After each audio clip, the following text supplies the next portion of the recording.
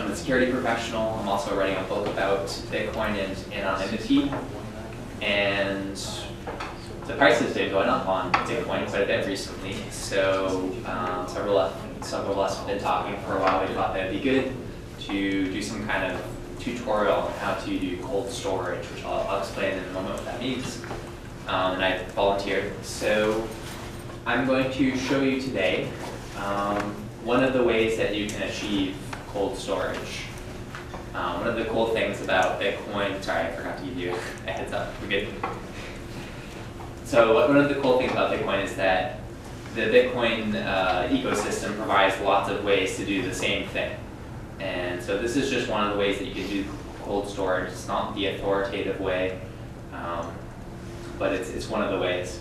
Now, before the meeting, I actually took all the steps that you will need to know. I put them in a tutorial and I put them on my website. So you don't need to take any notes here, don't try to memorize anything or whatever.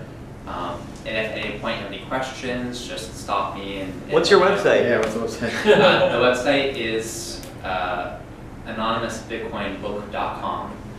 And I'll also post some links around to the various pages that are associated with this group to the tutorial. So yeah, so you should be able to go home and follow this stuff here yourself if you want to. So before we jump into this particular method of cold storage, I just wanted to talk about what cold storage is exactly. So Bitcoin, Bitcoins are, when you have Bitcoins, they're stored in a wallet somewhere, and there are various kinds of software that you can use for that. There are web wallets, like Coinbase sort of has a web wallet, blockchain.info has web wallets, and those are websites where you log in, you give them your username and password, and you log in and you have access to the Bitcoins. There are also clients that you can install on your computer or your phone or things like that.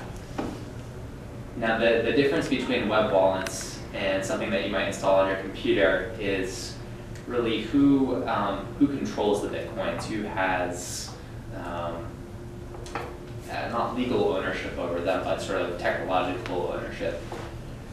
So in order to understand that, you have to understand what's going on in a Bitcoin wallet, and sort of some of the background behind how Bitcoin works. So a lot of times, to simplify things, when we're talking about Bitcoin, we talk about people having Bitcoins in their possession. You send it from one address to another, right? And really that's just an abstraction that's helpful for talking about Bitcoin in the terms that we're familiar with for standard transactions. What's really going on behind the scenes is that you never have Bitcoins stored on your computer. The Bitcoins don't really, they don't exist in that way. What we really do have is, in our Bitcoin wallets, we have private keys that they act as the secrets that you need to send Bitcoins from one address to another. So a metaphor that I've been working with recently, I don't know if it's a bad metaphor, but let me know.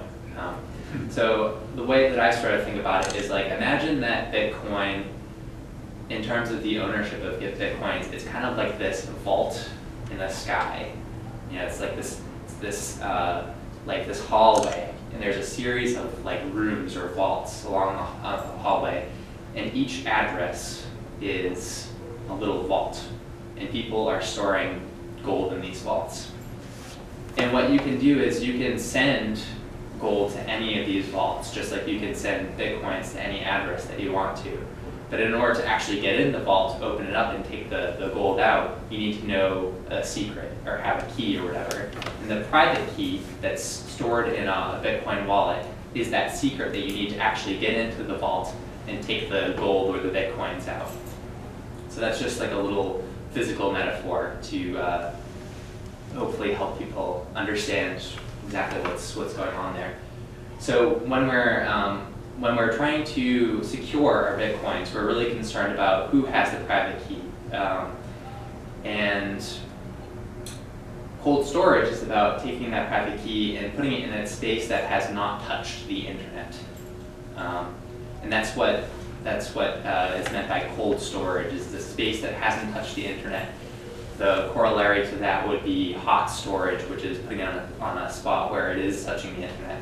So if you have a web wallet with blockchain.info, Coinbase, or whatever, that would be considered a hot storage for your Bitcoins, because you can, from the internet, log into the Coinbase website and transfer the Bitcoins out. Similarly, if you were going to install a Bitcoin client on your computer that's connected to the internet, it's going to have a little wallet file that's stored on your hard drive, and as long as it's connected to the internet, that's hot storage. And the problem with hot storage is that it's a giant bullseye for malware. You know, all of us probably know what malware is. These sort of virus infections that get on computers and muck stuff up. And malware has been a pain in our asses for a long time, but it's about to become a giant pain in our asses, because now there's a big pile of money sitting on a bunch of people's computers. So like, if they had incentive to get on our computers and mess with stuff before, they have a lot more incentive to do it now. So it's really important that if you have a large sum of Bitcoins, they're put into cold storage so that they're not in a spot that malware can get onto easily, sort of segregated from the internet. And so, you know, if you're using especially a Windows computer, but just computers in general, you're going to get infected from time to time with various kinds of malware. And so you really want to keep your Bitcoins away from that stuff. And Bitcoin is like, there's lots of things that are cool about it, and you kind of get to be your own banker in a way, right? But there's responsibility and risk that's associated with being your own banker as well. And if you can imagine, you know, if you put all your money in cash and you keep it under your mattress, Bitcoin's kind of like that, except you're connecting your mattress to the internet too.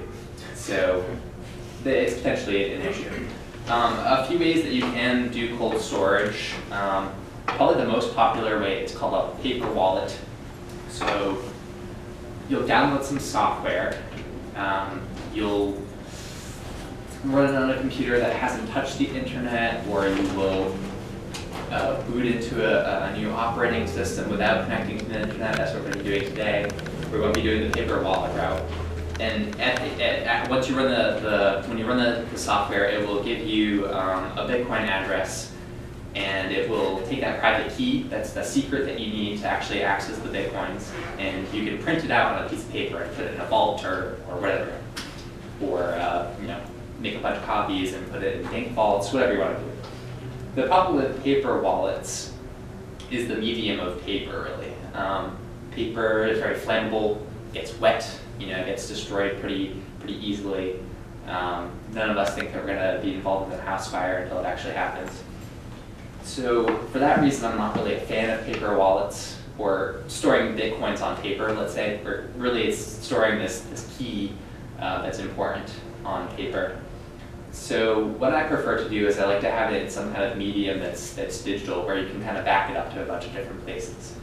Now, if you want to be able to back up your Bitcoins in a kind of a secure way, if you want to be able to, you know, put it on a USB drive, put it on cloud storage, put it on Dropbox, whatever, then you need to do something so that if someone gets a hold of that file, they can't just, you know, put it on their computer, take your Bitcoins, and be cry about it.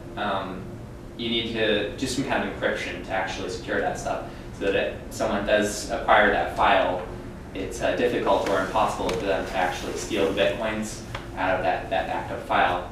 But the advantage of this is that you can back it up all over the place, whereas a piece of paper, it's kind of like, it's difficult to figure out how to secure paper properly, how to back it up in a way that's going to be secure. Paper's not very tamper evident, right? Like, someone looks at a piece of paper, you don't know, there's no indication that someone looked at a piece of paper, right? So,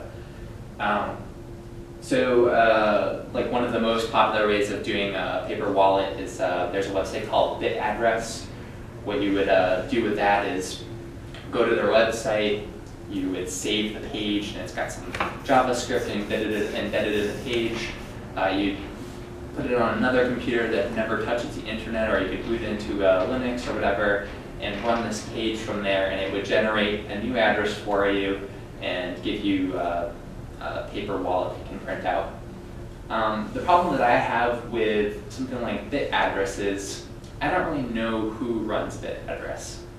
I don't know how competent they are as a programmer, and generating new Bitcoin addresses and all of the cryptographic stuff that's involved is not that simple. And as an example of this, earlier this year there was a significant issue related to Bitcoin addresses that were generated on Android platforms, where there was this subtle problem with some aspect of the cryptographic libraries that they were using, and it turned out that the addresses and the secret information that they were generating from this was actually very predictable. Someone figured it out, and they were able to steal a whole bunch of people's Bitcoins because they could derive or guess that key themselves on their own computer without even having to figure out who owned the addresses or anything like that. So it's a very sensitive process, and personally,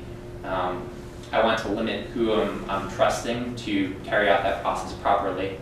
So I like to use the Bitcoin Qt client. It's the standard official Bitcoin client that's written by the Bitcoin developers, and I think we can reasonably assume that if anyone's going to get it right, that they will be able to. The problem with the Bitcoin Qt client is that it's a bit unwieldy. There's some tricky things that you have to figure out how to actually do cold storage with it, and to particularly extracting the Bitcoins out of cold storage. So it's a somewhat time-consuming process to follow this and put your Bitcoins into cold storage this way. But the good news is that I figured out all of the snags and so forth and wrote it down for you. So if you want to do it, you can. And I certainly welcome you to try out other types of cold storage, the paper wallets, and there's other things called grain wallets and other stuff. So do a little bit of research and just figure out what works for you. Since it's a somewhat time-consuming thing, I'm not going to go through all of the steps today, but I'm going to go through all of the ones I think that are worth showing today, and the rest of the stuff, if you have questions about it, let me know, and it's all there online as well. So do you have any questions before we jump into things? As a cold storage noob, how long would it take me to set one up? Using this process or just general? Yeah, it depends on how much work you have done beforehand.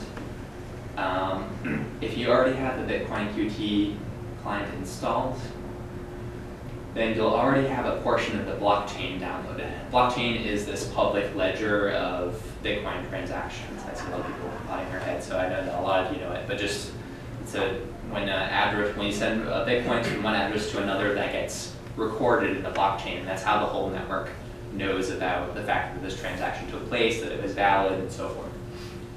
And the Bitcoin Qt client right now, it has to download the whole big-ass blockchain in order to work properly, and for you to send your Bitcoins to other addresses. And it's pretty beefy. It's around 12 to 13 gigs right now. And the Bitcoin client, Bitcoin Qt client itself is kind of slow at downloading on top of that. So if you were just starting from complete scratch, then it might take you a day or two to go through the whole process, because there's some parts where you kind of have to wait for it. But if you already have part of the blockchain downloaded, then it might be faster. So it's not something that you'll be able to run home and do today, but you could at least get it started. So you recommend downloading the whole blockchain for cold storage? You have to in order to use Bitcoin Qt right now.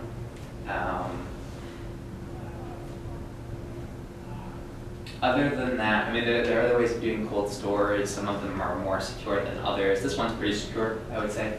My friend Justice, he's a really smart guy, and could be a big name in Bitcoin, I think, but he hates the Bitcoin Qt client because of all the clunkiness involved with it. He likes to use a client called Armory. And Armory, I haven't actually used it, but I've heard really fabulous things about it. And I think it makes the cold storage process easier. And so hopefully that will be something that we can all use in the near future. But the problem with Armory as it exists right now is it requires vast computational resources to use, like 12 gigs of RAM or something like that. I don't even have a computer that can run it. So what was your original question? I might have just got. Well, no, I'm saying so cold storage in context that we're talking about is to Yeah. download the whole blockchain. And that's part and parcel of doing cold You storage. won't have to download the blockchain to put it, that's a really good question. So you don't have to download the whole blockchain to put something into cold storage. The reason for that is because when you create a new Bitcoin address, and even to like send Bitcoins and stuff like that, the rest of the Bitcoin network doesn't need to know about the fact that you created a Bitcoin address. It's just some math that happens offline. And so what makes cold storage really possible is the fact that you can create these addresses and the secret keys and all that stuff without ever connecting to the internet. You can send Bitcoins to that address without connecting any of that stuff to the internet. So you wouldn't have to download any of the blockchain whatsoever until you actually wanted to pull those Bitcoins out of the cold storage and send them to a new address from there. Does that make sense? Okay. Okay, cool. Any other questions? Yeah, so what about multi-bit then? How does that fit in, since that's a lighter, from what I understand, client? Right. Multi-bit, multi-bit and both Electrum are both two clients that you can install on computers. They're lighter. They don't require you to download the entire blockchain, and so there's less of a headache involved. The problem with both multi-bit and Electrum right now is that if you want to do things securely and boot into Linux, which is what I'm going to recommend people do, then they have a bunch of software dependencies that are not included with Linux right off the bat. And the whole point of the cold storage thing is that you don't want to connect to the internet. So it's difficult to get those software dependencies actually onto the computer that's supposed to run multi-bit or Electrum. This is one of the things that I was suffering through when I was trying to figure out how to do this tutorial. So that could be something that would be addressed in the near future. They could make it a more standalone thing so that you don't have to load a bunch of software from the internet to get it to work on Linux. And in that case, I would say screw Bitcoin Qt. If you're not trying to do anything fancy, then use one of these lighter weight clients, and that will simplify things quite a bit. Cool. So, is there anything else I want to say about it right now? I would say that this method is probably best used for, it's ideal for like savings wallets. Like if you're just going to have a few Bitcoin addresses that contain a bunch of Bitcoins where you keep your savings, you're not sending Bitcoins from on a regular basis, you're just going to hold on to them for a while. This is really good for that because you wouldn't even need to download the blockchain at all and to do the second half of the tutorial for a while because you're just holding on to this stuff. If you're someone who's constantly trading Bitcoins and so forth, then it's, I would say, less ideal. And something like Armory would be better for that. Another thing that's cool about Armory is that you can actually spend Bitcoins that are in cold storage without taking them out of cold storage at all. You can do this kind of like swapping thing between computers and kind of do it all offline. So that's really the neat thing about Armory as well. Yeah, does that answer your question? But once you retrieve Bitcoins from a cold wallet, do you have to repeat the whole process if you want to put it back into cold storage again? In this methodology you do, unless you are using Armory or some other kind of more advanced client, you'll have to take the Bitcoins out of cold storage, briefly have them in hot storage by connecting them to the internet to actually send them somewhere. So yeah, the good news is that once you figure out how to set up one cold storage address, it's relatively simple to repeat the process to do it again. So for instance, if you wanted to take your Bitcoins out of cold storage, send some of them to purchase something, and put the rest back in cold storage, that wouldn't be a big deal. That wouldn't be much more work than just sending the Bitcoins. Especially since you've downloaded the entire blockchain on the first step. Right, right. The reason behind that's because when you send a transaction from an address, when you send everything, the whole address gets empty. Am I right? The whole address gets emptied and a new one's created. And like basically, like it's like you give somebody a $20 bill to pay $1, and then they hand you $19 back instead of just taking $1 out and giving it to them. So like that's why it exposes your. That's basically why it's no longer safe in cold storage, right? Right, right. The moment that you're connecting to the internet, the secret private key that you used to authorize you to spend those Bitcoins has then been exposed to the internet, so it's not in cold storage any longer. So the two tutorials that I put up online, I've just broken into two parts. One is creating a cold storage address and sending some Bitcoins to it. The other one is actually taking them out of cold storage. So those are both online. I definitely recommend that with any cold storage solution that you first, when you pick a process for doing this, you try it out with a very small amount of Bitcoin, whatever the smallest amount is that you can get away with, to make sure that there are no screw-ups in the process, that you have it down pat. You don't have any questions about it, because you don't want to lose a bunch of Bitcoins because there's some software fluke that happened along the way. I will say that if this process, if you can get this to work with a small amount of Bitcoins, it should be fine to do with a larger amount. But it's definitely a good idea to do that kind of trial and error thing. So we're just going to, if you're going to follow the tutorials that are wrote up online, we're going to skip to step 5 of the first part. Before that, I explain what we're going to do is we're going to use Linux. Linux is an operating system that's different from Windows and Mac. It's a free open source operating system. We're using Ubuntu Linux in particular. And so the reason why we're going to do that is we're going to copy Linux to a USB drive and actually boot into Linux off that USB drive. Normally when you would go into your operating system, it would be something that you install to your hard drive, and so you're booting off of that. And the difference between the two is that when you're booting off a USB drive, Linux in particular, the way that it's set up to do that is it will say, okay, while we're running Linux, don't allow it to write anything to this USB drive, just only read from it. We're only allowed to read the operating system files. We're going to keep everything in RAM, which is sort of this temporary space, and as soon as the computer goes off, it just all goes away because nothing gets saved to the hard drive. And what that means is that if there was malware that infected your Windows installation, for instance, it's not going to be able to do anything with Ubuntu Linux. It's not going to be able to write to the USB drive to try and mess with the files, and it's not going to be able to, it's more isolated. So it's going to be very difficult for malware to make the jump from your Windows operating system or your Mac operating system to the Linux system that we're running off of the USB drive. So the first few steps in the tutorial just talk about how to actually copy that to a USB drive. The USB drive that you have is got to be 2 gigs or larger, which is not very big at all. It's a pretty straightforward process. I've got steps on there for Mac and for Windows. So I already went ahead and did that on this USB drive here. I put Ubuntu Linux. What I did was I started off by turning the computer off completely. If you want to be, really paranoid about it, you can even unplug it, take the battery out, just to make sure there's nothing on there, right? And then you put in your USB drive and you let the computer boot into Ubuntu.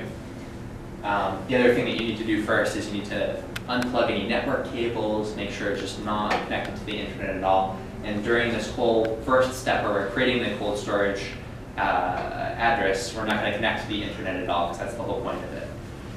So no connecting to the internet until the computer is off again.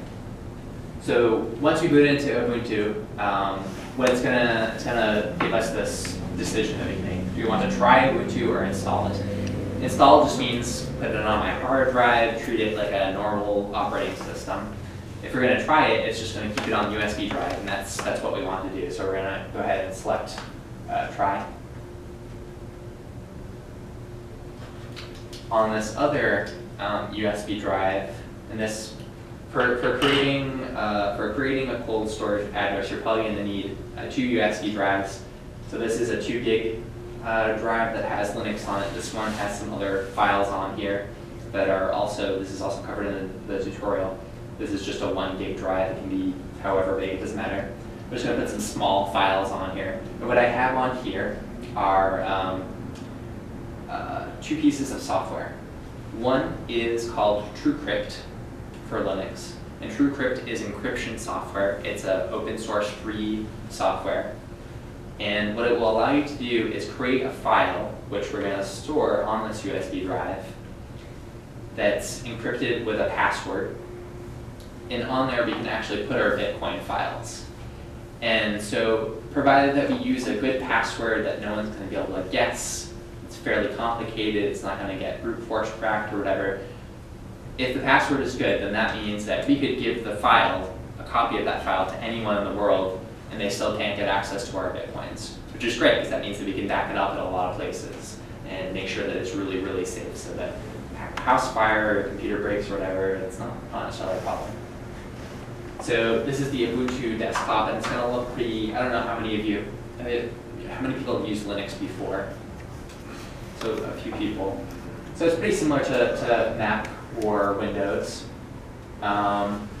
This is kind of like the start bar here in Windows or the dock in Mac OS X.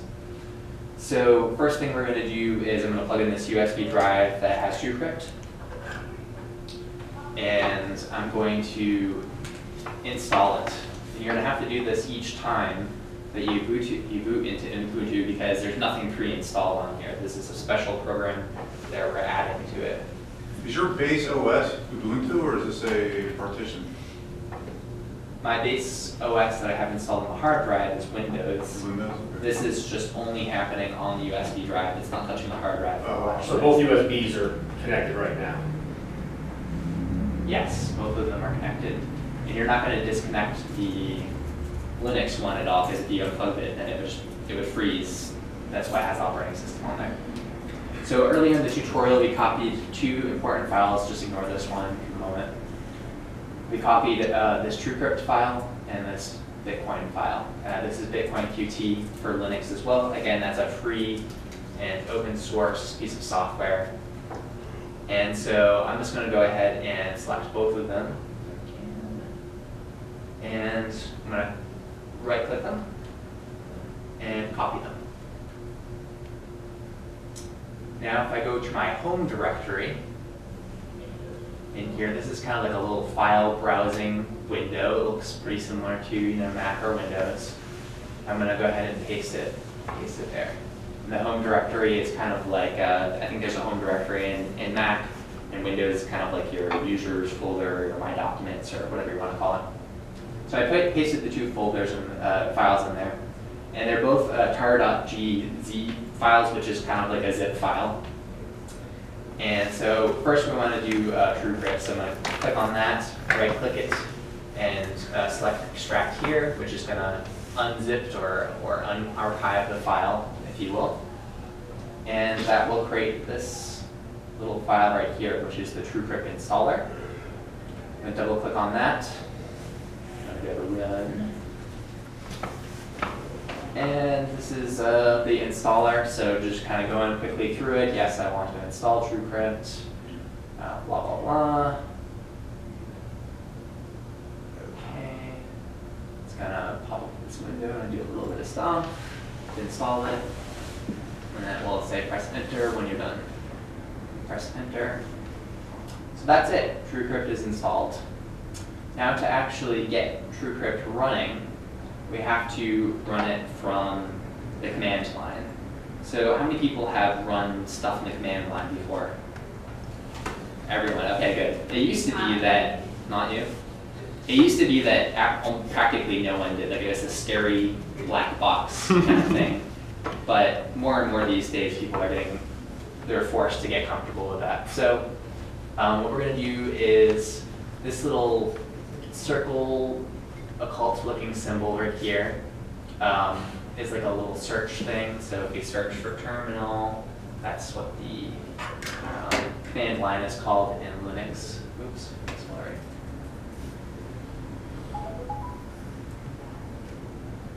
And we're going to open that up. Okay. Do we have any questions so far?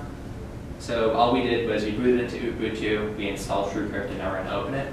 So to open up TrueCrypt, it's user TrueCrypt, and a little thing to little tip for people in Linux and Mac and so forth. If you can kind of you can ask it to complete stuff for you in the command line by just pressing tab. So this is TrueCrypt. So what it does is you can select files. It will ask you for your password or your whatever, and it will decrypt a file and then it will mount it as a volume on your system. We don't have any to mount yet, so we're going to start off by creating a new one. And this is where this is going to be the encrypted volume or encrypted file container where we're going to put all of our Bitcoin files. So if you go to create volume, create a new encrypted file container, just a standard TrueCrypt volume, and we need to select a location for it. Let me just see if I can list it all on the screen.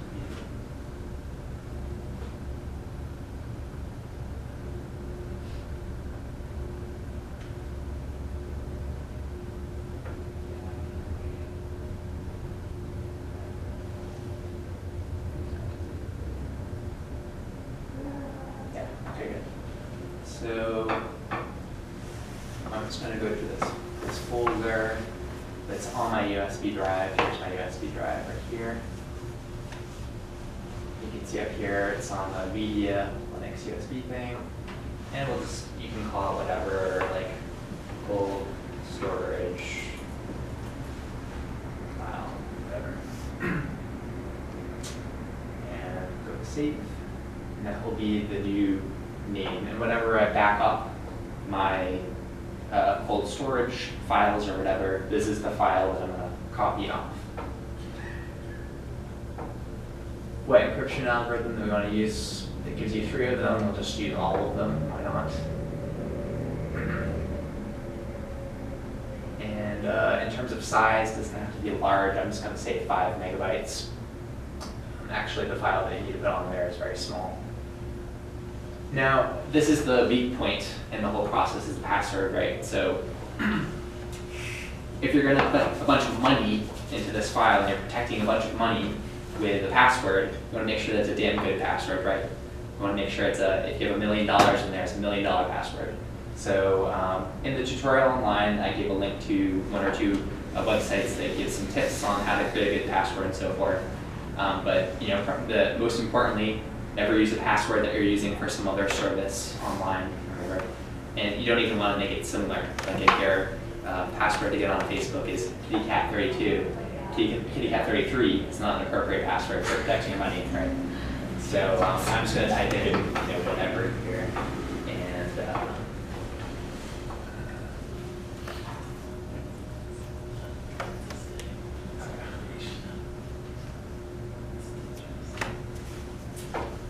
just leave this the same for the format options.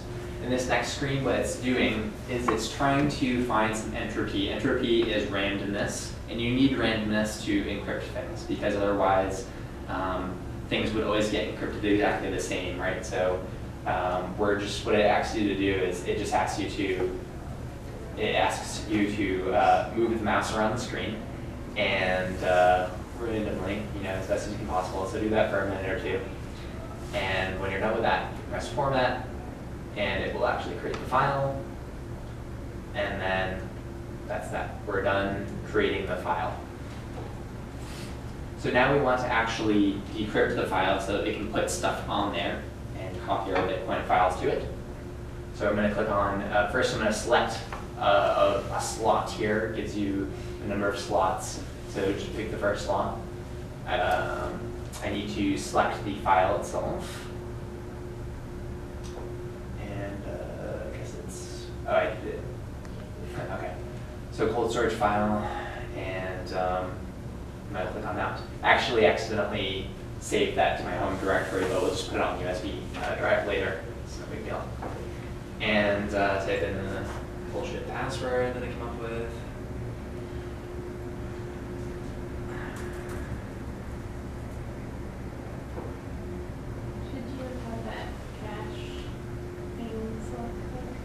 It doesn't matter. So now it's mounted, and if I was going to double click on it, you would see that there's this new open space that's been created, and it's been mounted as TrueCrypt 1, so that's the first volume. If I was going to mount some more encrypted file containers, then they're called TrueCrypt 2, TrueCrypt 3, and so forth. So now TrueCrypt is all set. We're ready to start copying files to it. If I want to, I could create a new document.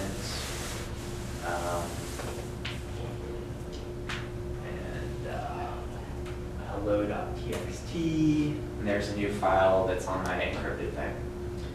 Now we want to actually put some Bitcoin files on there, right? So let's go back to the, do you have any questions about it? Good so far? Okay, great. Am I going too fast or too slow for people? Fine. So going back to the home directory, before we copied TrueCrypt installer, and we also copied this Bitcoin thing. So we're ready to use Bitcoin Qt now. So I'm going to right click that, and just as I did before, extract it. And it's going to create this Bitcoin folder right here. Go inside of that. We're going to go in the binary subdirectory for 32 bits. And here's the Bitcoin Qt client. So I'm going to go ahead and double click on that. And it's going to start opening up Bitcoin Qt. Now this is a general thing about clients, Bitcoin clients, when you install them on a computer. When you open them for the first time, you don't have any addresses or any wallet files on your computer. So the first thing it will do is actually create one for you. So that's what it did. It's already done with that. It's already loaded it. And if I go into the Receive tab of Bitcoin Qt, you'll see it created this new Bitcoin address for me. 1 PKD, so forth. And some more stuff that you'll see on here. There's a 0 Bitcoin balance, of course. There are no transactions. And none of the blockchain has been downloaded whatsoever. It's 254 weeks behind because that's how old the blockchain is at this point. That's fine. So we're actually, that's all we needed to do with the Bitcoin Qt client, except the last thing that we need to do is we need to actually back up the Bitcoin wallet file that was generated that's going to contain this new address. So this is the address where we can send our Bitcoins to, and they will be in cold storage when we do so. And we could actually do that right now if we wanted to. But first, what we really should do is we should complete this process, make backups onto our encrypted drive, finish with this whole thing, take the USB drive out, connect it to another computer, make a backup of the encrypted file that we just created, and make sure everything is backed up so that, because otherwise if you lose this wallet file, you're screwed. Any Bitcoins that you send to that address, you're never going to get them. So, because you're a stranger to that Bitcoin address without the private key. Yes? How important is it that you're not connected to the internet at this stage of the process? If you were connected to the internet at this stage, then you would not be doing cold storage. You would just be creating another wallet file. Put on a USB drive. On a USB drive, but if somehow malware happened to infect my computer at this moment by virtue of having it plugged into the internet, then it could still steal that wallet file, steal that private key secret that you need to access that Bitcoin vault and take the Bitcoins out of it without your permission. Does that make sense? So at this point, you could jot down the address, or what I'm going to do is I'm just going to right-click on this. I'm going to go to copy address. I'm going to go back to my mounted TrueCrypt 1 volume, and I'll open up this text file. And let's see.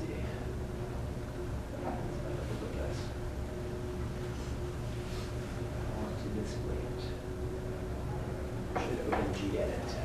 Yeah, okay, so this is like a little text editor that's built into Ubuntu Linux. I'm just going to paste the address right in there. You could even, you wouldn't even necessarily have to put it on the encrypted file. You could just save it right to the USB drive too. So I'll do that. Let's do that now. Make a a new text file, pasting it in there, and I'm gonna save it right to my USB drive. Cold, oops. Cold storage address.txt. And that's not a secret at all. That's the public thing that that people can know about. If you want to have good Bitcoin privacy, you don't want to tell people about it. But if you're not concerned about privacy, if you just want it to be secure, then that's fine. So we've got that. And the last thing that we need to do in Bitcoin QT is we need to actually back up the wallet file that it created when it created this new address. So the way that we do that is we go to the top of the screen, we go to File, and we go to Backup Wallet. And it has this function built right in. And if we go to our encrypted, make sure you go to the encrypted TrueCrypt volume, TrueCrypt 1, and we'll just call it like wallet backup. And Bitcoin tells us the wallet data was successfully saved to the new location. We'll just go ahead and confirm that if we're going into this TrueCrypt 1 volume, okay, there's our wallet backup file. If we're going to look at the properties, it looks right. It's 69 kilobits in size. It's not blank. Everything looks good. And it's actually very important that you use that backup wallet function built into Bitcoin QT. Because what some people will tell you to do is they'll say, oh, well, Bitcoin QT, it creates a wallet.dat file. So if you just copy that, and you paste that, then you'll be fine. But they're wrong. They're lying to you. They're trying to screw you up. No, they're just mistaken. When Bitcoin clients are open, they're like doing stuff to the wallet file. And so if you still have your client open and you copy the file in the background, it may be in this weird indeterminate state that's not ready to be copied. So you always want to use this file backup wallet operation to make it happen. Now, if you had the full blockchain downloaded at the point and you were doing a copy of it, how long would that take? Just be like a copy of a file? Copy of blockchain? Well, so the size of that is 64 kilobits, you said, right? Yeah. So Bitcoin QT, it has a directory where it's storing all this stuff. And it stores them in a few different files. So the wallet.dat file is the wallet file. It's got a blocks directory, a chain state directory. And the blocks and the chain state directory together, those are going to be around 13 gigabytes right now. And those together basically represent the blockchain that's been downloaded. So if you wanted to just copy the wallet file, you don't need to copy the whole blockchain along with it. So, so we're done with that. So we can close Bitcoin QT. We can go back to TrueCrypt. We can dismount the volume that we mounted before. And now that it's dismounted, it's not accessible to the operating system any longer. It's not in a decrypted state any longer. And we can exit out of that. And close that.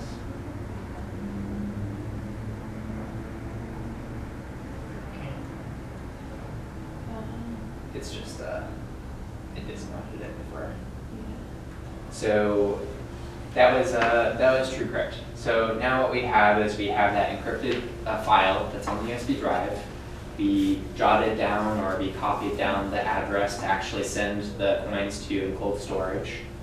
And we're all set with that. So we could just unplug the drive and make a backup copy, and using your favorite Bitcoin client or whatever, wherever you have your Bitcoins right now, you can go ahead and send the Bitcoins to the address. And they would now be considered to be in cold storage because that secret private key that you need to actually access those Bitcoins is encrypted and put on the USB drive. So that no one can get to it unless they break that encryption, basically. So you can send it when it's offline? That's what I'm confused. Yeah, you can send it.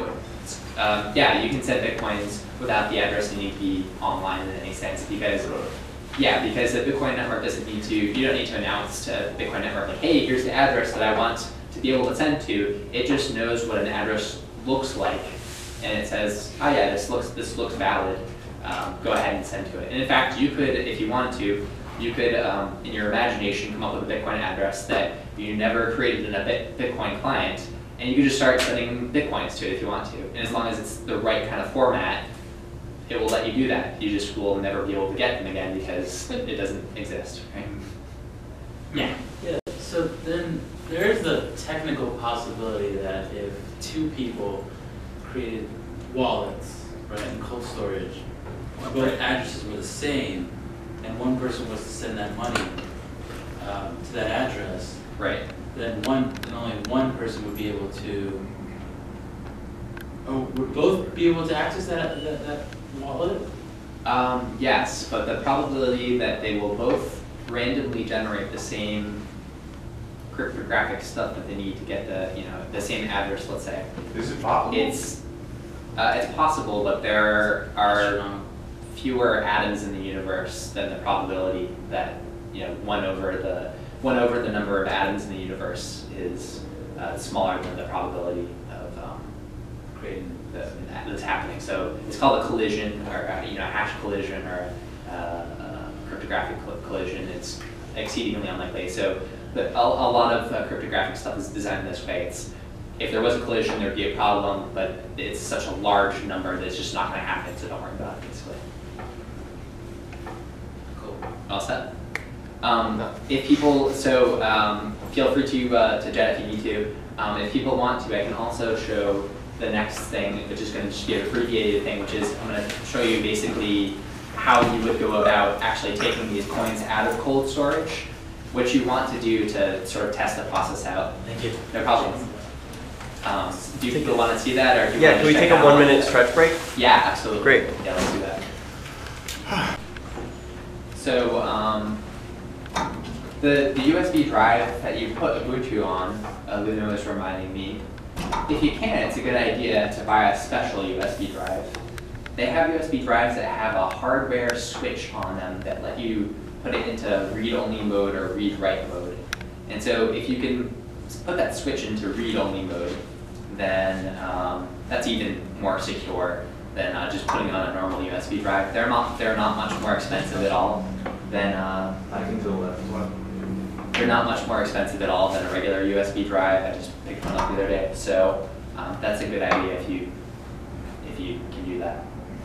So you would only use that for the flash drive you have the operating system on? correct, yeah. I mean, you wouldn't use it for the other ones because you need to actually copy stuff to those. So yeah, that's fair to say. So that was the first part of the tutorial. If you go online, so I broke it into two parts, part one, part two. So that was part one. Part two, let's make sure there's nothing else that I want to absolutely add at the end of that. No. So part two, what we're going to do is we're going to skip to the point where you're sort of going into Ubuntu. So what we're skipping over is first, what you would do is we need to download the whole blockchain to actually retrieve the coins out of storage. So what I recommend is you, on another computer, you go ahead and download the Bitcoin Qt client there for Mac or Windows. You, there's like a kind of a boosting step where you can download part of the blockchain over BitTorrent, which is just a whole heck of a lot faster. You can get like 3/4 of it that way. It's called the bootstrap method. And then you open up Bitcoin Qt, let it finish off the blockchain, get the whole thing, and then you would copy that to yet another USB drive. And that one has to be a bit bigger. I recommend it's like a 32 gig USB drive because it needs to be big enough to copy the whole blockchain to. At the current rate, I figured out that 32 gigs would be enough to copy the whole blockchain until about January 2017. And the software will probably drastically change between now and then anyway, so that should be plenty good. So we can skip over all that stuff and not have an overnighter. I did that stuff beforehand, so this drive actually has the 2 blockchain files and also a wallet.dat file. So what we would do is, after we finished creating the wallet address, take the USB drive out, we back up that encrypted file, whatever, turn the whole computer off. So let's just pretend we turned the computer off, and now we turned it back on, we went back into Ubuntu, right? So, Just as a heads up, we may only have 15 more minutes. Okay. If someone comes in. all right, cool. This actually should not take long at all. So, so in this directory, see a couple of things. What I really want you to pay attention to is the blocks directory and the chain state directory. Those are the 2 things that I downloaded separately and copied onto here. And then the wallet.dat file is the backed up wallet file. And so what we would do is that other, so we would go into Ubuntu, decrypt our encrypted file container again, and grab our backed up wallet file. We would copy and paste it into this directory here that contains blocks and chain state. Sorry about that. And can you turn that off for me, actually? It's okay. And so, and then we would rename that backed up wallet file to wallet.dat, because that's what Bitcoin Qt is expecting. It wants to see blocks, it wants to see chain state, and it wants to see wallet.dat, which is the backed up wallet file that we created earlier. And then we're going to open up Bitcoin Qt in kind of a special way. Rather than just double clicking on the icon, we would open it up from the terminal. So this is all online, so don't feel like you have to pay super close attention to exactly what I'm typing in. But go into the place that has the binary file, and then we're going to open up Bitcoin Qt, but we're going to give it some parameters. So Bitcoin Qt, we're going to give it this parameter called datadir, which is what we're saying to it is, normally you're looking for our files in the home directory. Forget about that. I want you to look at my USB drive where I have copied the blockchain files, where I've placed my wallet file, and that's what I want you to pay attention to in terms of loading up. So I'm going to specify that, and my USB drive is called blockchain, and they're contained in the data directory inside there. The other thing that we'll have to do, so this is another kind of pain point of using Bitcoin Qt. So if you just give it the wallet file and those 2 directories, Bitcoin Qt will basically say, okay, I have the whole blockchain, but normally I would have downloaded that whole blockchain and like known exactly what addresses I need to pay attention to, and figure out the balance of your wallet and stuff like that. I didn't get to do any of that. So now I need to spend a few hours rescanning the blockchain. I don't need to be connected to the internet to do this, but I need to kind of look through the whole blockchain and make sure that I'm seeing all the transactions that are adding to the balance that are corresponding to this cold address, this cold storage address that we have. So it's got to do some rescanning of the blockchain. Normally that takes like 8 hours, but we can give it another parameter that can speed it up, called dbcache, and usually the default is like 25, we could do like 200 or whatever, and that should like speed it up a bunch, so it takes like an hour or 2. We're not going to do that this time, but that's just like a little trick to speed that way up so that it's not an all-day affair. And go ahead and open up Bitcoin Qt. So it's opening Bitcoin Qt, and instead of looking for its in its normal spot for the files, it's going to go ahead and load it right off of that USB drive. Normally this process would take several hours, but it's just going to take a minute or 2 with this process. And when it's fully loaded up, then it should be in good shape. It will have the blockchain almost completely downloaded.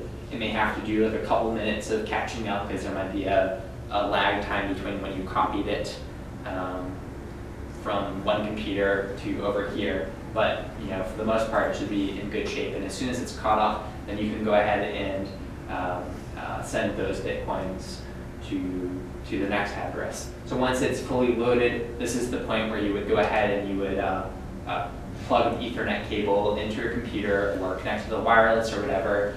At that point, it becomes a hot storage of coins that you have. And you can go ahead and send it off to wherever the coins need to go from cold storage. This will actually come up in a moment, but that's the main idea. So putting stuff in the cold storage, once you've got everything copied and you know about the process, pretty straightforward. I can do it very quickly to create a new cold storage address and send Bitcoins to that new address. Taking them out of cold storage takes a few hours, but it's not the worst thing in the world. So when you first go what through was I'm sorry, I don't mean to interrupt you because I missed when you said that DB cache. Was it DB cache? Yeah. DB cache. Where does that save you time? Just so I understand. So this screen right here, Yeah. what we're doing right here, You're normally verifying it would one. take, if you don't use the DB cache, Yeah. it's going to take like 8 hours. Yeah, What it has to that's do what is I'm it has to look programmatically. It has to start at the beginning of the blockchain and scan the whole thing very slowly to figure out what's been going on in the Bitcoin network that's relevant to the actual address that you have control over. But what does it actually do? Um, It looks for what you saved before? It's looking for transactions involving your address. Okay. Huh. I'm hoping that, It's an 8-hour saving of time, 5, like 1 line of code. yeah, Huge. it's a pain. The reason why it's so slow is because it partly has to do with the fact that we're doing it all on the USB drive and just the way that they didn't design it to do this. Like the Bitcoin QT people weren't like, oh, well, let's make sure that we have USB support or whatever, right? So this is kind of a hack workaround thing that I figured out. But But that DB cache is on your tutorial? yes, All right. absolutely. So there will be no creativity involved with following the tutorial. It's all just straight through. So this will just take another 30 seconds or whatever. But all that's going to happen is going to open up the Bitcoin PT window, and where you would be able to send Bitcoins and so forth. So that's I'll let it load. But do you have any other questions relevant to this stuff? Yeah, we're good. One question. As far as Yeah. sending, this is something that's inherently scary. I mean, you send a small Right. amount, I'm sure, just to test it out. But so when you're offline, what you guys were talking about before, you send it to the address, and then when you bring it back on hot storage, does it come onto your wallet? I mean, like, how does it work? Yeah, as soon as it's finished scanning through the blockchain, you'll see the balance up in that top left screen. This particular wallet, I don't actually have any Bitcoins Sure. in that address. But if you send half a Bitcoin yourself while it's in cold storage, Yeah, you can feel assured once you bring it back to hot storage, it's going to register. Okay. yeah, absolutely. Definitely do go through the whole process with a small amount first, Sure.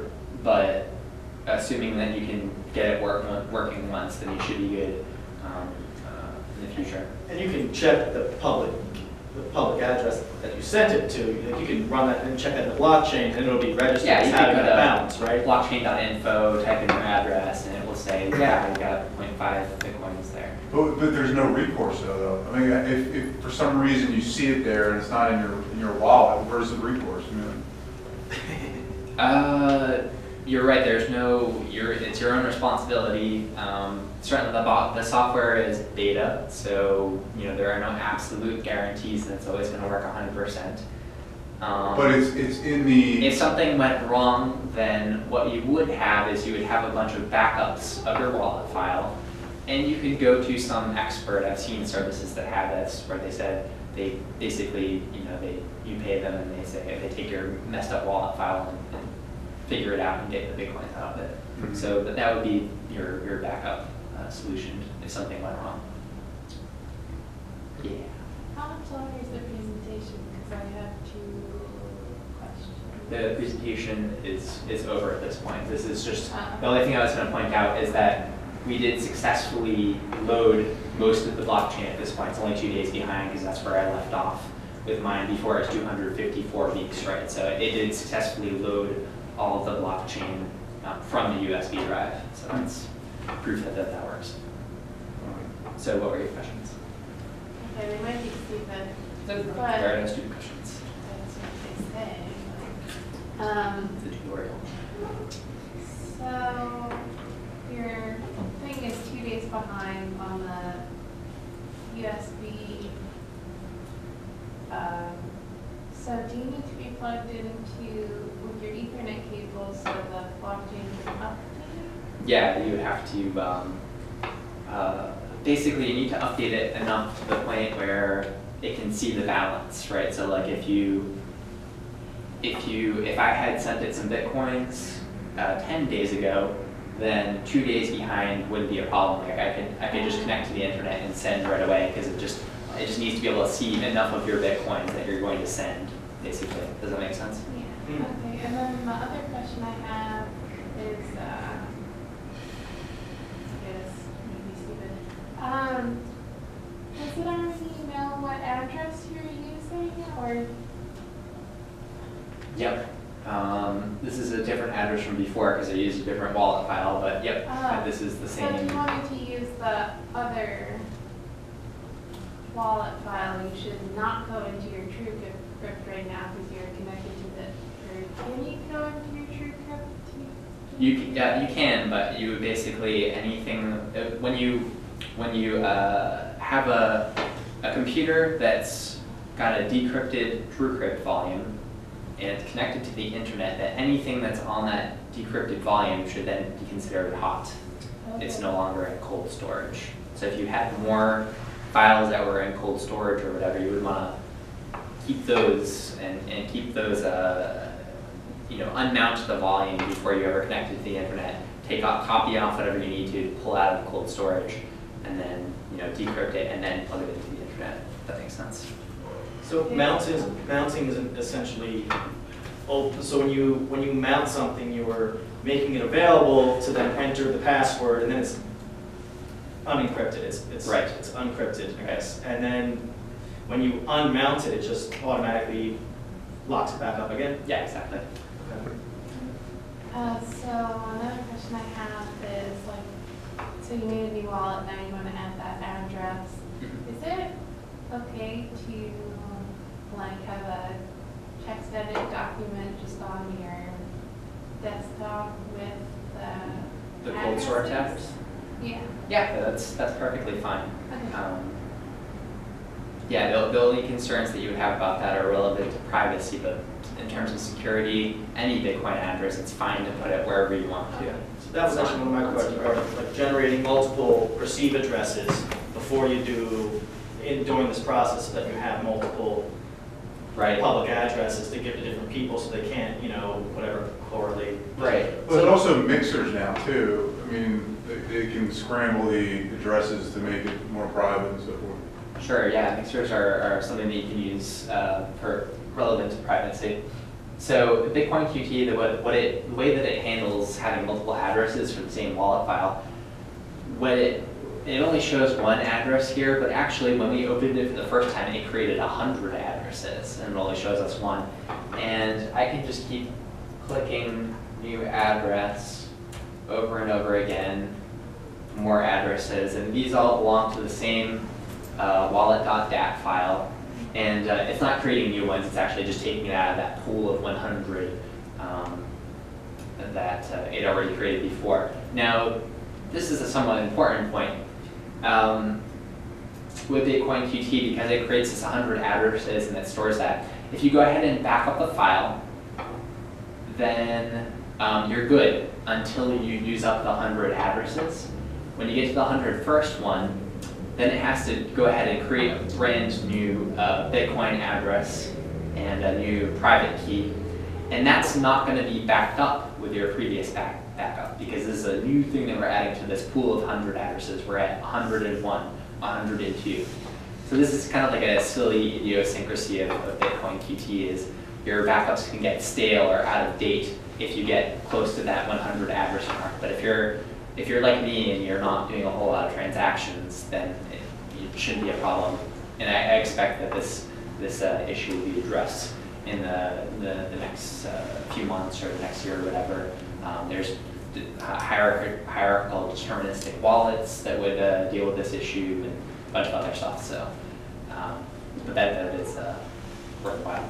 Can you just back up until like 99 and then back up to something Well, else? you only need to back up once between 1 and 100, but then after that you would have to back it up every single time a new address gets added. Why would you need 100 addresses? I don't understand. Like, Well, some people are doing a lot of trades, and but you can. the best practice for Bitcoin in terms of privacy is to never reuse an address. So Really? in that, they're saying the one Bitcoin address should only ever receive some Bitcoins and then send them on, and it should never do more than that. So you wouldn't have, see, I thought you label like rent, for example, and I use this address for my rent and landlord. Yeah, and Or lots of something. people, the majority of people do reuse addresses, but this is what the Bitcoin developers say is, Okay. well, if Wow, your that's- best practice is to never reuse an address. And that's for security purposes, not For so privacy much. addresses. For privacy, For not so much privacy security. reasons, because, yeah, it's not a security thing, it's a privacy thing, because if someone looks at the blockchain, they can see that coins are sort of being shared between these different addresses. They keep getting funneled from the same places to the same places, and so they can sort of correlate those addresses together and see that someone owns those same addresses. But if you're not worried about privacy, it's no big deal. Exactly, yeah. But the first address and the last address, if I send money to the first address and then check on the blockchain the last address, will it show the value, the total value on the private key, or will it only show the first address, money was sent to the first address? You know what I mean? So if I talking about gave, Bitcoin QT, or are you talking about blockchain? I'm just talking about, so right here we have all these different addresses, they're Yeah. all going into the same wallet. You send Yes. money into any of these addresses, they all go to the same And wallet. Bitcoin QT it treats them as a pool, so it shows like a balance for all of them.